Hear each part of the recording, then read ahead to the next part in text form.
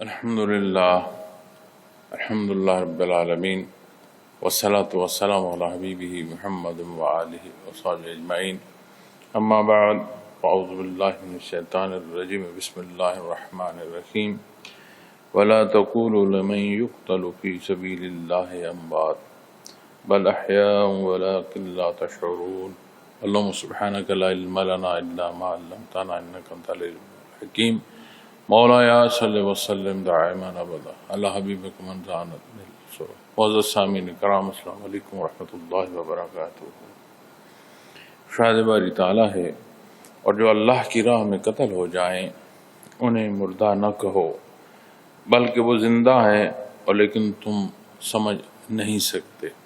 معزز سامعین کرام، غزوہ بدر کے موقع پر صحابہ کرام رضوان اللہ علیہم اجمعین جو ہستیاں شہید ہوئیں ان کے حوالے سے مدینہ منورہ میں گفتگو ہوئی۔ بعض روایات میں ایسا بھی ملتا ہے کہ یہ باتیں ہوئیں کہ وہ زندگی ہار گئے اور ایسے حالات پیدا ہوئے کہ وہ موت کی گھاٹ اتر گئے۔ ایسا نہ ہوتا تو ہم کیا ہمارے درمیان رہ رہے ہوتے، یہ حادثہ پیش نہ آتا، اور دکھ کا اظہار کیا گیا۔ اللہ جل شانہ نے ارشاد فرمایا اور جو اللہ کی راہ میں قتل ہو جائیں انہیں مردہ نہ کہو، کہ وہ اتنے بڑے منصب پر فائز ہو گئے ہیں اور اللہ کریم نے ان پر اتنی عطا کی ہے اور انہیں ایسی زندگی عطا فرمائی ہے، شہید کی ایسی زندگی ہے جس کا ادراک یا جس کی سمجھ اس دار دنیا میں رہتے ہوئے یا اس حیات میں ممکن نہیں، سمجھ نہیں آ سکتی۔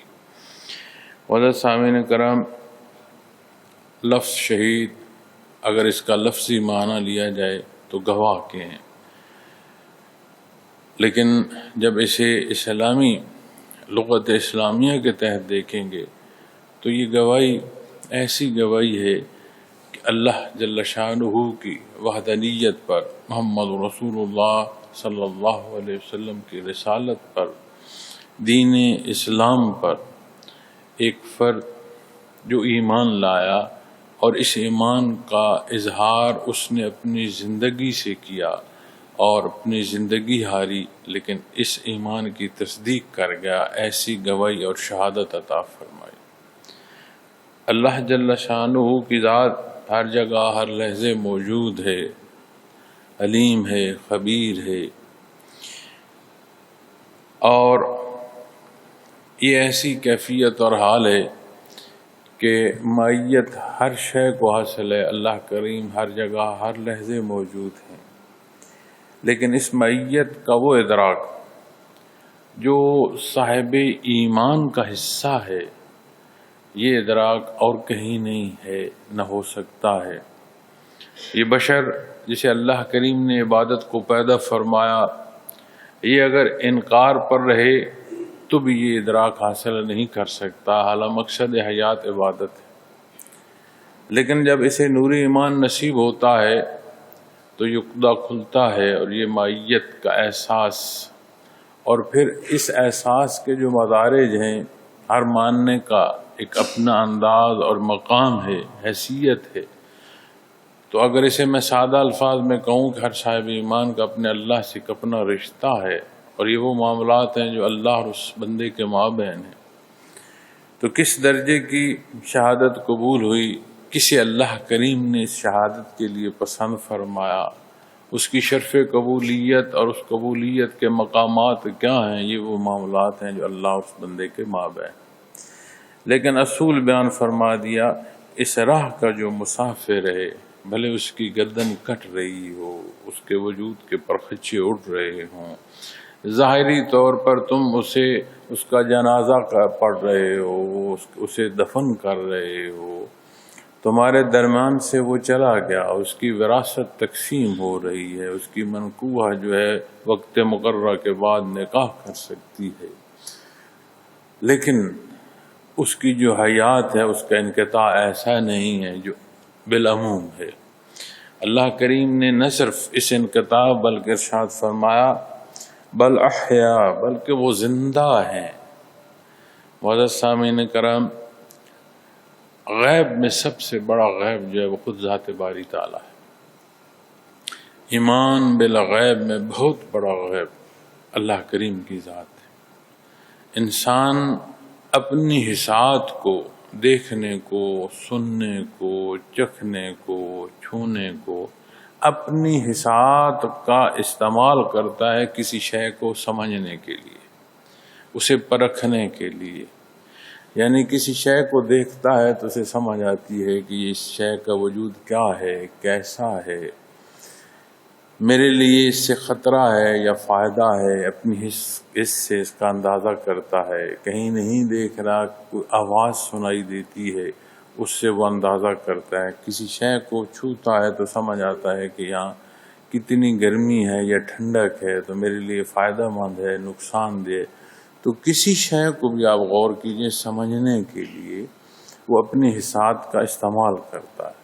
اور اللہ جل شانہ کی ذات لامحدود ہے، وجود انسانی، اس کی حسات یہ ساری محدود ہے، کبھی بھی محدود میں لامحدود ماپا نہیں جا سکتا۔ ممکن ہی نہیں کہ وجود انسانی رب کائنات کی ذات کا احاطہ کر سکے۔ یہ تو بہت بڑی بات ہے۔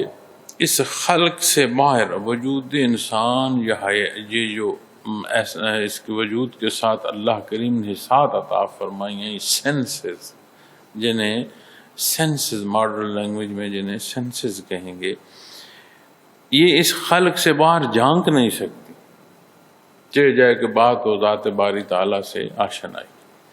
اللہ کریم نے اپنے انبیاء اور رسول مبعوث فرمائی، یہ وہ مقرب ہستیاں ہیں جو مخلوق کو یہ آشنائی عطا فرماتی ہیں۔ یہ سبب ہے، بہت بڑا اور عظیم سبب ہے جو اللہ کریم نے مخلوق کو عطا فرمایا۔ اب جب ذات باری تعالیٰ کا ماننا اللہ کے حبیب کے ماننے کے ساتھ ہے کہ جب اللہ جل شانہ کے رسول کو مانا، حکم مانا، اور اپنے اللہ جل شانہ کے اوصاف وہ مانے جو بیان فرمائے جا رہے ہیں۔ اب یہ کلام ذاتی ہے، اللہ جل شانہ کا کلام ہے، کوئی شک کوئی شبہ نہیں۔ ہمیں نصیب ہوا ہے محمد رسول اللہ صلی اللہ علیہ وسلم، ہم جانتے ہیں، ہمیں بتایا ہے آپ صلی اللہ علیہ وسلم نے کہ یہ اللہ کا کلام۔ تو وہاں جو ایمان کے پہلو ذات باری تعالیٰ کے حوالے سے ہیں، جو حصہ جتنا بیان فرمایا گیا ہم منوان اس کو مانتے ہیں، اس کی تصدیق کرتے ہیں، اور اس تصدیق میں جس نے اپنی جان کی شہادت دے دی اللہ جل شانہ ان کے بارے فرمائے۔ اب جہاں رب کائنات کا ماننا ایمان بالغیب کے حصوں میں سے ہے، یہاں بات آتی ہے نور ایمان سے ہی اس شے کی تصدیق کی، وگرنہ یہ بات سمجھ نہیں آتی، کیونکہ سامنے گردن کٹ رہی ہے، وجود جو ہے وہ اس کے ٹکڑے ہو گئے ہیں، ظاہری طور پر جو ہے وہ موت طاری ہے۔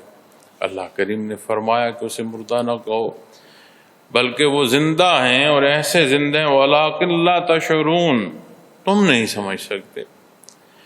تو یہ بنیادی بات ہے کہ انسان محتاج ہے، یہ بات سمجھ آنی چاہیے۔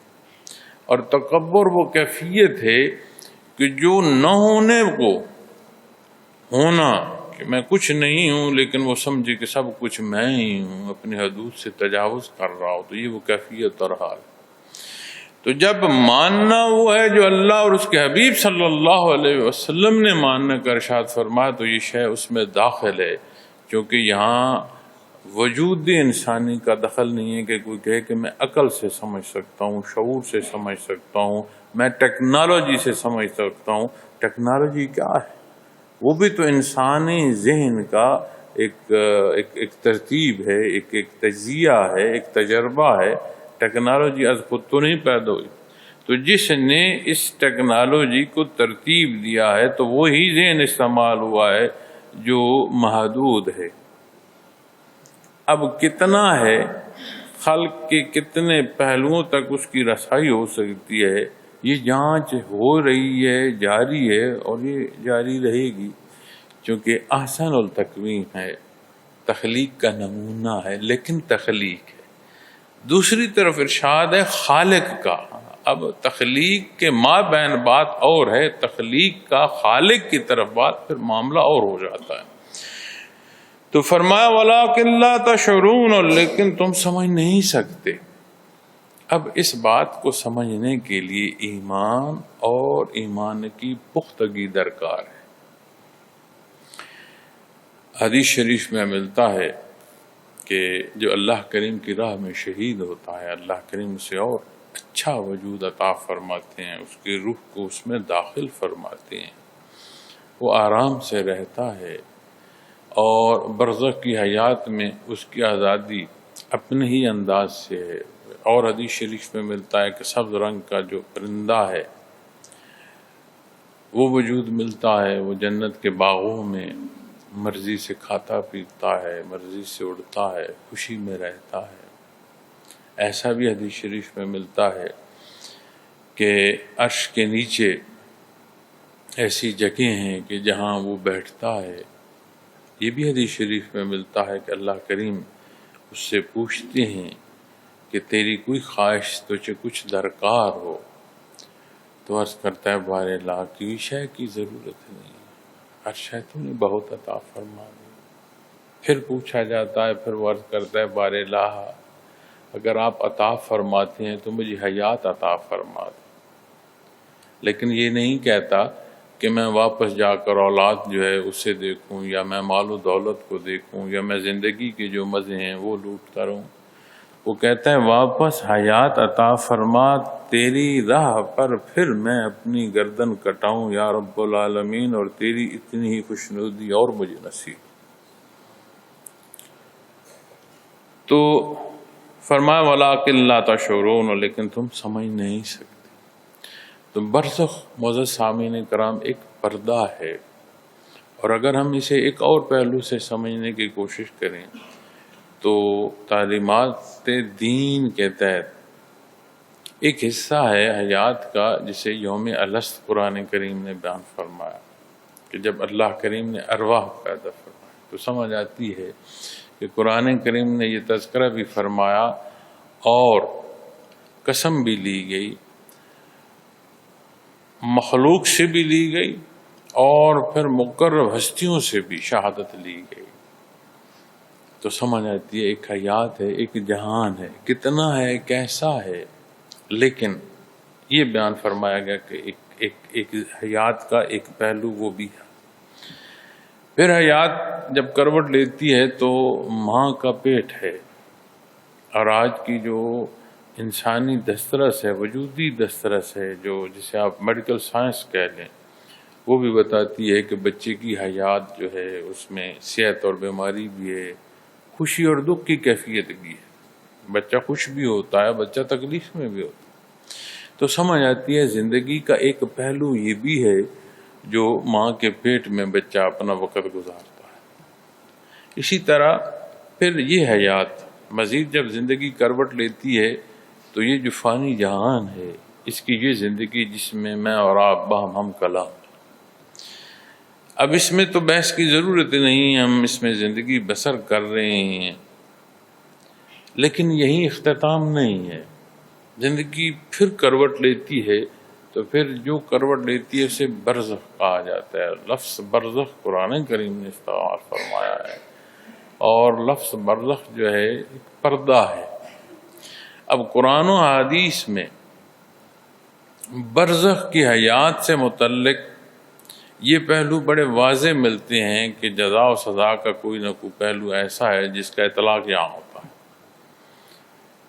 قومیں پانی میں ڈوبیں، لیکن اللہ کریم نے کلام ذاتی میں فرمایا انہیں دوزخ میں داخل، آگ میں، جلتی آگ میں داخل کر دیا. ظاہراً پانی میں ڈوبے، لیکن موت جب برزخ میں منتقل کر گئی تو وہاں آگ تھی، دوزخ کی آگ تھی.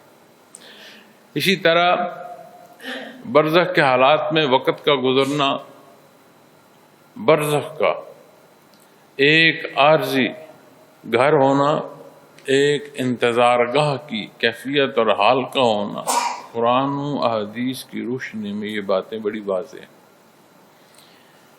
اللہ کریم جس نے اس بشر کو پیدا فرمایا وہ بے مثال ذات ہے، رب العالمین ہے۔ اس کی تخلیق کا کلی طور پر یہ سمجھنا کہ میں سمجھ سکتا ہوں کہ کلی بات نہیں، جتنی اللہ اور اس کے حبیب نے بتائی ہے وہ حدیں ہیں، اتنی میری ضرورت ہے۔ وگرنہ آپ ایک برف کا گالا لیں، یہ جو برف جب گرتی ہے نا روئی کی طرح، تو وہ جو روئی کا ایک گالا ہے اس گالے کو اٹھائیں، اس گالے کا ایک ایک ذرہ، باریک ذرہ جو ظاہر آنکھ سے نہیں دیکھا جا سکتا، جس کے لیے خوردبین کی ضرورت ہوتی ہے، کسی ایک ذرے کی دوسرے ذرے سے مماثلت نہیں ہے۔ ہر ایک کا انداز اپنا ہے، ہر ایک کی شکل اپنی ہے۔ وجود انسانی سے مثال لے لیں کہ ایک چہرہ ہے، دو آنکھیں، ناک، ہونٹ، دیکھیں بندہ حیران ہو جاتا۔ عرب ہاں مخلوق ہے، ایک دوسرے سے ملتا نہیں، ایک ہاتھ کا نشان دوسرے سے مماثلت نہیں کر رہا، ایک آنکھ جو ہے اس کی پتلی میں کتنا فرق ہوگا۔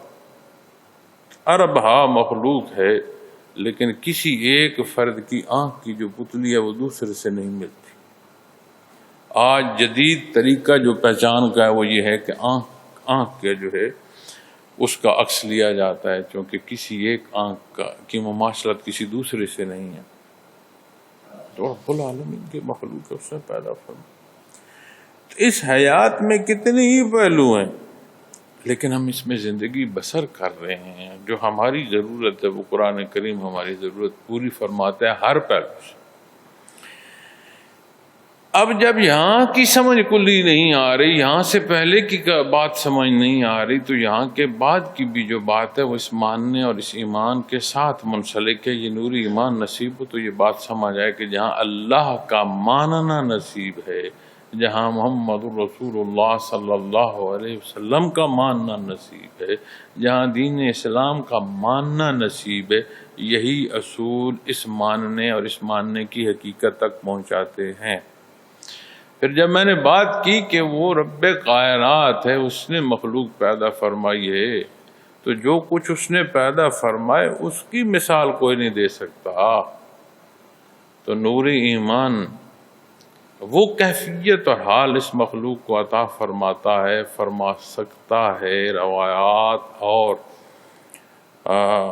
اچھی احسن روایات تاریخ اسلام میں ملتی ہیں، جس میں اس دار دنیا کی حیات میں رہتے ہوئے برزخ کے پردے سے جھانکا گیا، برزخ کے حالات ملتے ہیں۔ اور خصوصاً جب شعبہ تصوف کی بات آتی ہے، اس شعبے میں بہت ساری ایسی روایات ملتی ہیں۔ اور یہ بات اگر صرف صوفی سے منسوب کی جائے تو بڑے اعتراضات آئیں گے، حالانکہ بات دین کی ہے، بات مولانا کی نہیں ہے، بات صوفی کی نہیں ہے، بات اللہ اور اس کے حبیب صلی اللہ علیہ وسلم کی ہے۔ اسی بات کی جب آپ کے حضور آپ بات لے جائیں تو برزخ کے حالات ایسی احسن روایات موجود ہیں، حدیث شریف موجود ہیں کہ جن میں برزخ کے حالات بیان فرمائے گئے، اور قبر کے تنگ ہونے اور قبر کے کھلنے کے بیان حصے فرمائے گئے، برزخی حیات میں فرشتوں کا اترنا بیان فرمایا گیا، شہداء کے برزخ کے حالات بیان فرمائے گئے، ان کی کیفیت اور حال حدیث شریف میں بیان فرمائی گئی ہیں۔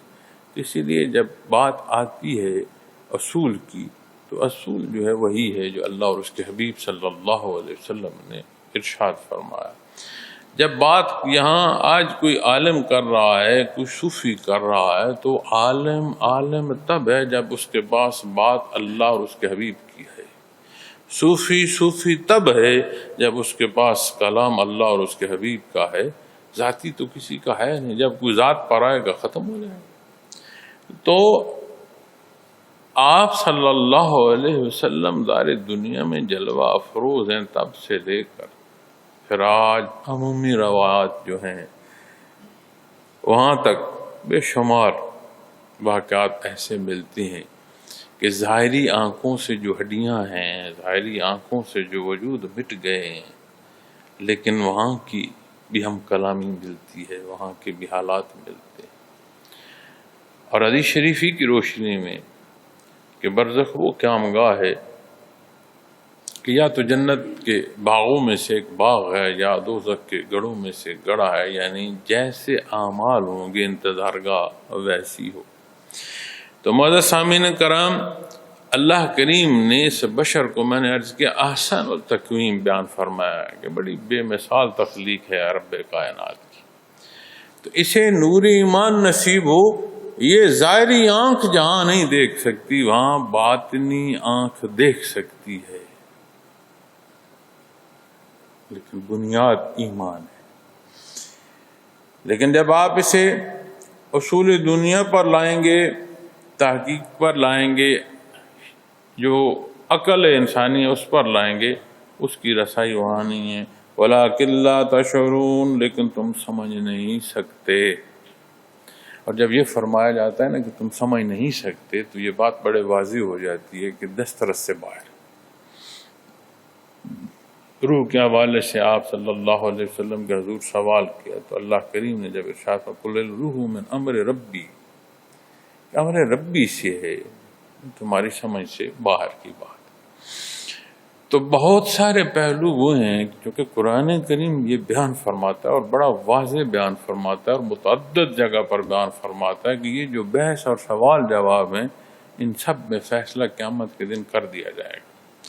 تو کوئی سوال نہیں رہے گا، بھلے وہ اعتراضی پہلو سے ہے، بھلے اس کی حیثیت نہیں ہے، ناجائز ہے، لیکن کوئی بات ایسی نہیں رہے گی کہ جس کا جواب نہ آ جائے، لیکن یہ بات جا کر طے ہوگی قیامت کے دن۔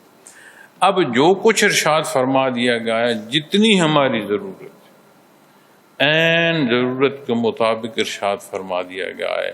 اب جو ہماری ضرورت اور اس کی مطابقت کے ساتھ بیان فرمایا گیا، جب ہم اس پر عمل نہیں کرتے تو پھر لا یعنی بحثوں میں پھنستے ہیں، پھر ایسے سوالوں میں پھنستے ہیں کہ جو ہمارے لیے مزید نقصان کا سبب بنتے ہیں۔ تو جب اہل مدینہ میں یہ بات ہوئی کہ یہ دکھ کا پہلو ہے کہ ان کی زندگی کا انقطاع ہو گیا، ہمارے درمیان ہی وہ بھی حیات تھے، یہیں اٹھتے بیٹھتے تھے، تو آج ایسا حادثہ پیش آیا کہ نہیں رہے، فوت ہو گئے، دنیا سے چلے گئے، تو رب کائنات نے فرمایا وَلَا تَقُولُوا لِمَن يُقْتَلُ فِي سَبِيلِ اللَّهِ أَمْوَاتٌ، ایسا نہ کہو۔ انہوں نے اپنی جان دے کر اللہ جل شانہ اور اس کے حبیب اور اس کے حکم کی تصدیق کی ہے، وہ گواہ ہے۔ اور یہ گواہی ایسی ہے، اور حضرت رحمۃ اللہ تعالیٰ علیہ نے یہاں ایک بڑا خوبصورت پہلو جو ہے وہ بیان فرمایا موت کیا ہے؟ فرمایا مخلوق میں سے ہے، اور خالق کی مائیت شہید کو اس درجے کی حاصل ہوتی ہے کہ وہاں پھر مخلوق کا گزر نہیں رہتا۔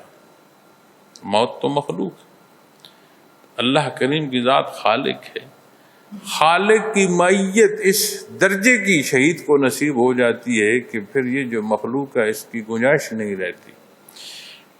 لیکن بات وہی ہے، اس حیات میں برزخ کی وہ سمجھ جسے ہم عقلی پہلوؤں سے سمجھنا چاہیں وہ نہیں سمجھ، ایمانی پہلوؤں سے سمجھ آئے گی، عقلی سے نہیں۔ قرآن کریم نے جو جہاں بیان فرمایا ہے اسے دنیا کی زندگی کے ساتھ مثال دے کر اور متعدد جگہ ارشاد فرمایا۔ پہلو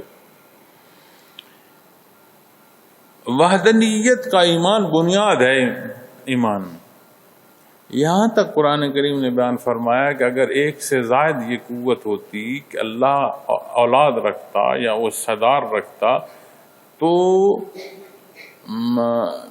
یہ نظام تباہ ہو جاتا، ہر کوئی ایک اپنی مرضی سے چاہتا کہ میں یہ چاہتا ہوں ایسا ہو۔ تو ہر شے کا مربوط چلنا بھی شہادت دیتا ہے کہ وحدانیت باری تعالیٰ جو ہے اس کی شہادت یہ مربوط نظم بھی دے رہا ہے۔ اب یہ مثال کس لیے بیان فرمائی کہ جسے یہ دعوت حق یا جسے ایمان کے لیے پیدا فرمایا یہ اس کی تعلیم کے لیے بیان فرمایا۔ تو کوئی پہلو ایسا نہیں ہے۔ زندگی کے اپنے معاملات کی مثالیں اقوام سابقہ کے حالات بیان فرمائے، ان کی کیفیت اور حال بیان فرمائے، پھر اس پر نتائج بیان فرمائے، پھر فرمایا ایسا جو بھی کرے گا ویسے نتائج پائے۔ تو راہ ہدایت تبھی ممکن ہے جب ہر پہلو جو ہے، جو ضرورت ہے، وہ سارے کی تکمیل ہو۔ تو کلام ذاتی ہر پہلو سے انسان کی ضرورت کی تکمیل فرماتا، لیکن اب قرآن کریم کو قرآن کریم ماننا پڑے گا، پھر بات بنے گی۔ کلام ذاتی ماننا پڑے گا، پھر بات ہوگی۔ تو جب ٹھوکر لگتی ہے تو ہم اس تجاوز میں ہوتے ہیں جہاں فرمایا وَلَٰكِن لَا تَشْعُرُونَ، لیکن تم سمجھ نہیں سکتے۔ جب ہم اس حد کو کراس کرتے ہیں تو پھر ٹھوکریں کھاتے ہیں۔ اللہ کریم کا بہت بڑا احسان ان ہستیوں پر جنہیں اس نے یہ شرف یعنی شرف شہادت عطا فرمایا۔ آج ہم مسلمان جو ہیں شہادت، جہاد، ان لفظوں کا نام لیتے ہوئے ڈرتے ہیں کہ اس لفظ کے لینا جو ہے، بالعموم بات کر رہا ہوں، کہ یہ لفظ اور یہ نام لیے تو جانے میں کہاں پھنس جاؤں گا۔ اور جو یہ سوچے کہ شہادت اور جہاد کا نام لیا تو جانے کہاں پھنس جاؤں گا، وہ کہاں گردن کٹانے کو جا پہنچے گا؟ بڑا فاصلہ ہے۔ کہاں گردن کٹا کے وحدانیت پر شہادت کوئی دے رہا ہے اور وہ رب کائنات فرما رہا ہے اسے مردہ نہ کہو، یہ زندہ ہے۔ دوسری جگہ اس کے رزق کا بھی ارشاد فرما، وہ خوش بختی ہے، اللہ کا احسان ہے یہ کیفیت اور یہ حال اور یہ رتبے نصیب ہونا۔ وَلَنَبْلُوَنَّكُمْ بِشَيْءٍ مِّنَ الْخَوْفِ وَالْجُوعِ وَالنَّقْصِ مِّنَ الْأَمْوَالِ وَالْأَنفُسِ وَالثَّمَرَاتِ، فرمایا اور ہم تمہیں کسی قدر خوف اور بھوک اور مالوں اور جانوں اور پھلوں کی کمی سے آزمائیں گے۔ وَبَشِّرِ الصَّابِرِينَ، اور آپ صبر کرنے والوں کو خوشخبری دیں۔ اب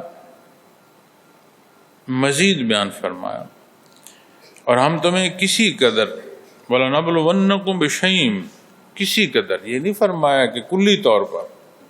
یہاں سے یہ بات بھی سمجھ آتی ہے کہ یہ جو خوف کی، بھوک کی یا مال جان ان چیزوں کی جو کمی آتی ہے، یہ جو تنزلی نظر آتی ہے ہمیں، یہ کل نہیں ہے کہ ہم چیخنا شروع کر دیتے ہیں۔ اس میں بھی ایک رحمت کا عنصر پوشیدہ ہے کہ جو نقصان ہوا، اس سے مراد یہ نہیں ہے کہ نقصان کل جو ہے وہ سارا انڈیل دیا گیا ہے مخلوق پر، اس کا کوئی پہلو بیان فرمایا گیا ہے۔ بِشَيْءٍ، اس میں سے کوئی شے، وَلَنَبْلُوَنَّكُمْ بِشَيْءٍ مِّنَ الْخَوْفِ، کوئی شے، کوئی جز فرمایا گیا ہے کہ جو تم پر خوف آتا ہے، اور بھوک ہے، مال جان، اور یہ جو پھل ہیں۔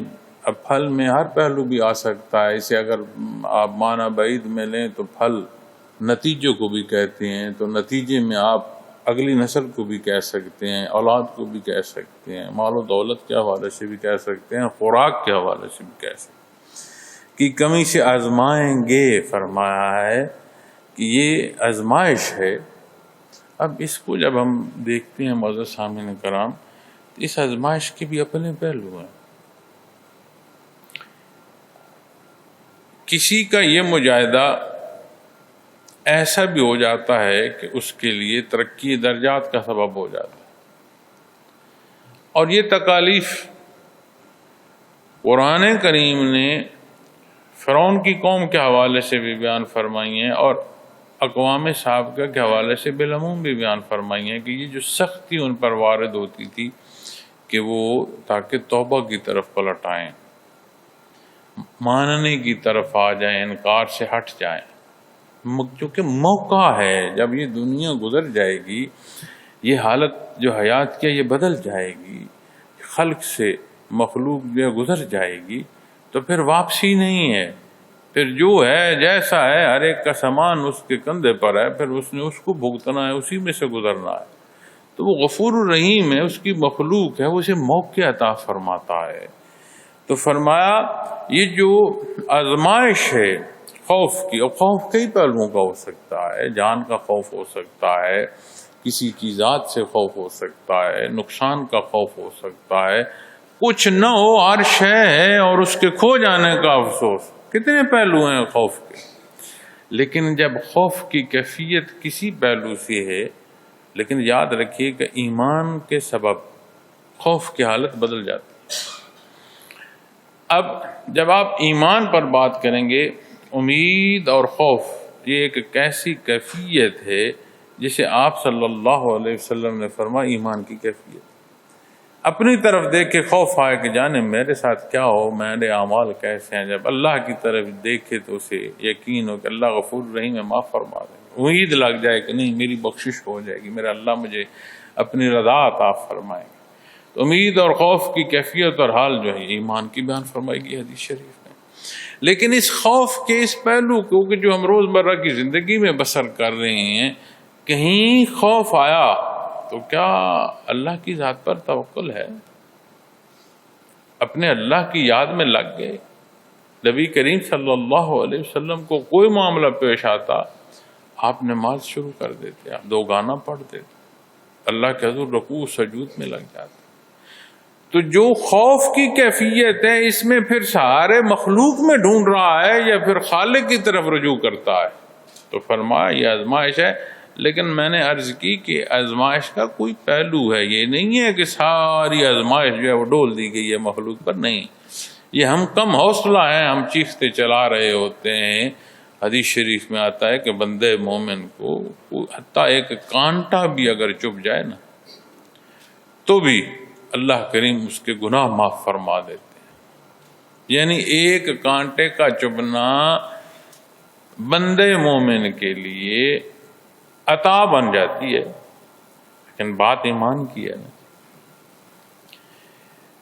تو خوف کی آزمائش ہوگی، بھوک کی آزمائش ہوگی، کھانے کی بھی بھوک ہو سکتی ہے، اور اگر بھوک بگڑ جائے،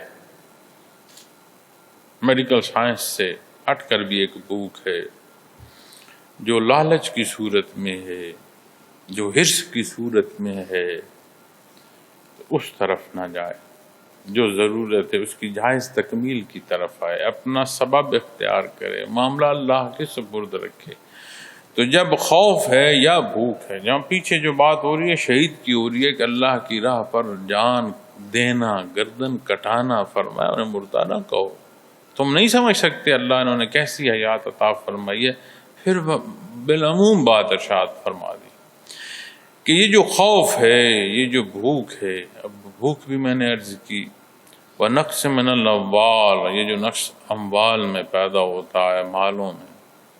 اب مال کی جب بات آتی ہے معزز سامعین کرام، حرص بڑی بری شے ہے، اللہ محفوظ رکھے۔ اور دینی احکام سے دیکھیں تو ہمیں جو شوق رکھنے کی ضرورت ہے وہ دین میں ہے، لیکن ہم دنیا کا شوق رکھتے ہیں کہ یہ مجھ سے آگے چلا گیا، میں پیچھے رہ گیا، مجھے اور محنت مزدوری کروں، میری دولت اس سے بڑھ جائے۔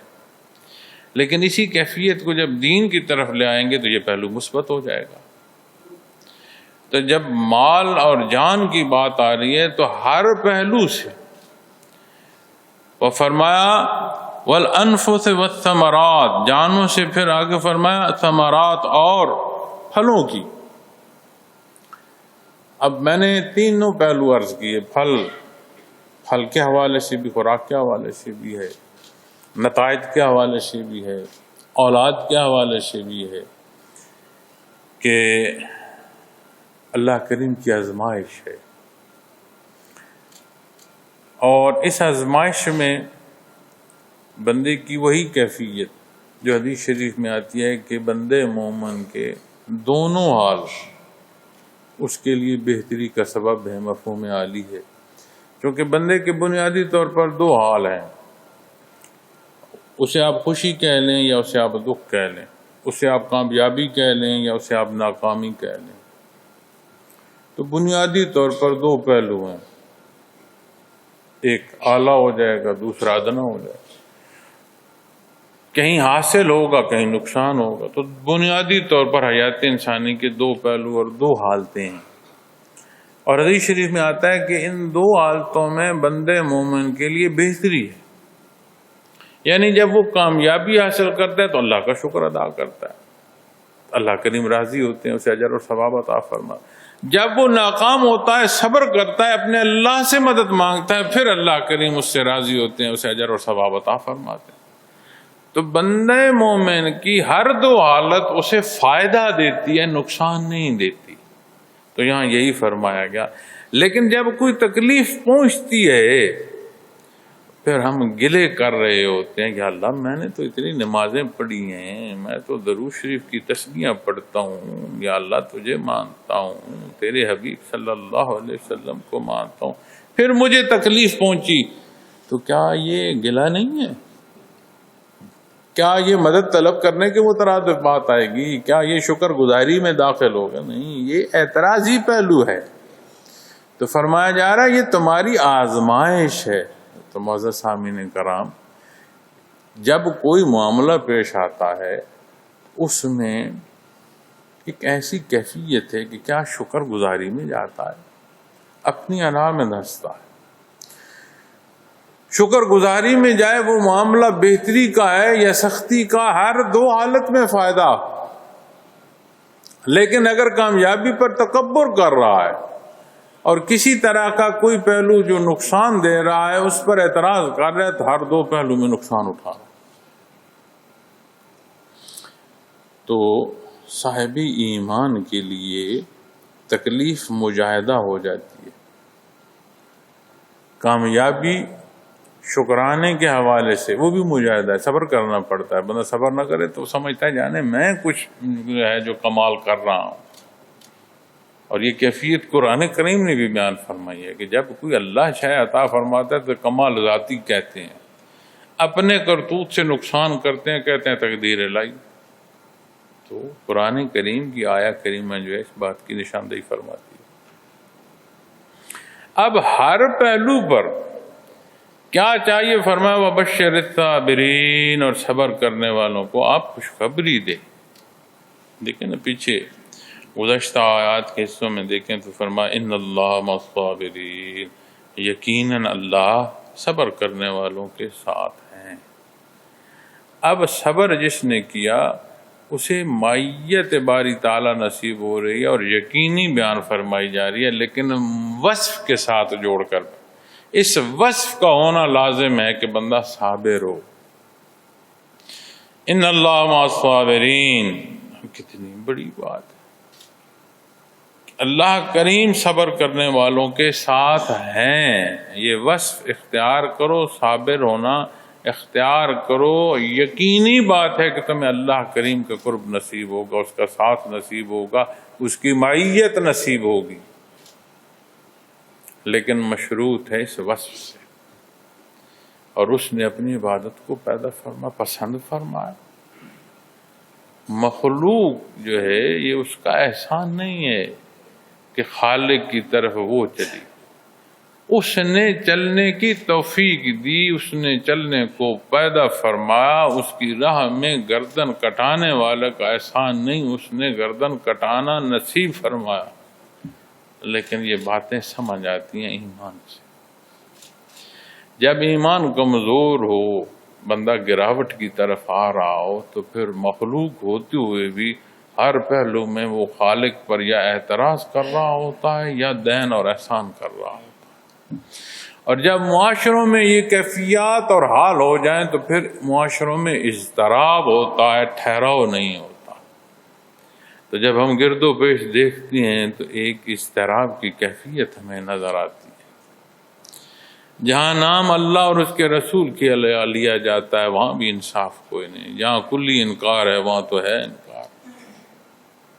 تو یہ جو معاشرے کی تکلیف دہ صورت ہے اس کا سبب ہمارا کردار ہے. معاشرہ کیا ہے؟ انسانوں کا مل جل کر رہنا ایک انسانی معاشرہ کہلاتا ہے، جہاں معاشرتی معاملات ہیں ان کے مابین. اب بڑی سادہ سی بات ہے، یہ کوئی ریاضی کا سوال نہیں ہے. جو رہ رہے ہیں ان کے رویے درست نہ ہوں تو وہ رہنا درست کیسے ہوگا، اور رویے درست ہو جائیں تو وہ رہنا خراب کیسے ہو سکتا ہے؟ یقیناً وہ اعلیٰ ہوگا۔ تو ہم سارے معاشرے کی زندگی پر بحث کرتے ہیں، اعتراض کرتے ہیں، نشاندہی کرتے ہیں، لیکن جو کردار ادا کر رہے ہیں نہ اسے کوئی پوچھتا ہے، نہ اسے کوئی دیکھتا ہے، نہ اسے درست کرنے کی فکر ہوتی۔ لیکن یہ بات یقینی ہے کہ یہ سارا سامان جو ہے، یہ سارے معاملات جو ہیں، یہ سارے کردار جو ہیں، ہر ایک نے اپنے کردار کی پوٹلی اپنے کندھوں پر اٹھائی ہوگی اور قیامت کے دن پیش ہوگی۔ اور قرآن کریم فرماتا ہے بڑا سخت وہ بوجھ ہے، وہ بوجھ آسان نہیں ہے۔ جب اس کا حساب اللہ کے حضور دینا ہوگا تو جو معاملہ آسان نہیں۔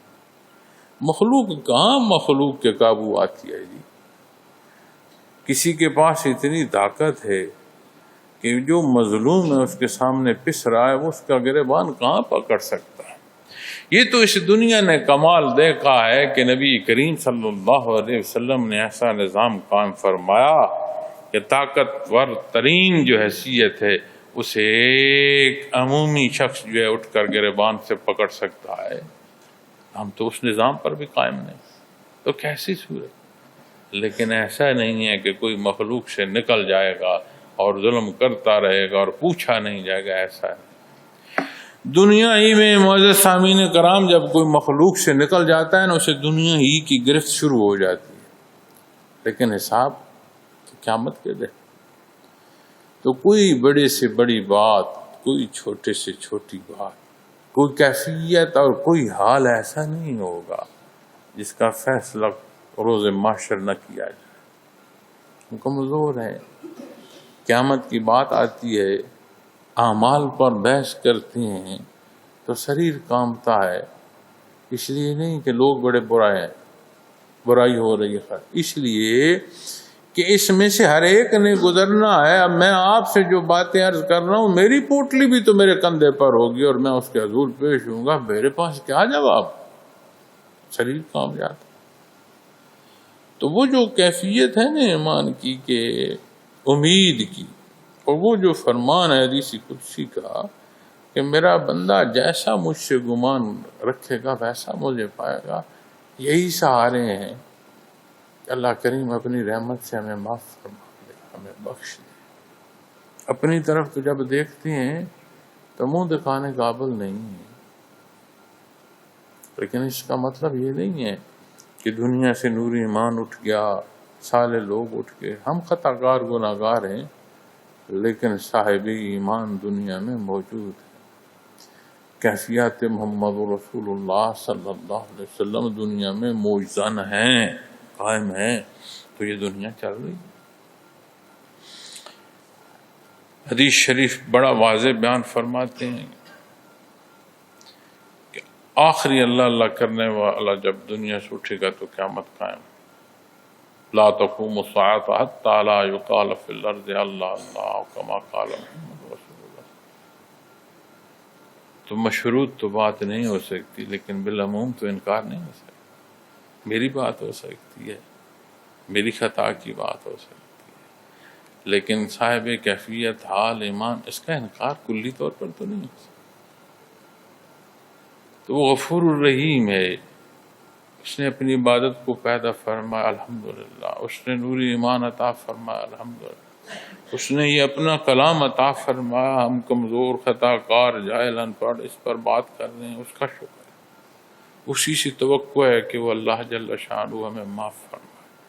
جو مخلوق کو آخرت کا، حساب کتاب کا اسی کے کلام سے ہم عرض کر رہے ہیں، تو ہم نے تو اس سے گزرنا ہے۔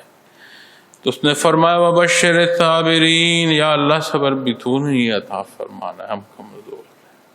اللہ کریم ہمارے حال پر رحم فرمائے۔ وآخر دعوانا الحمدللہ رب العالمین۔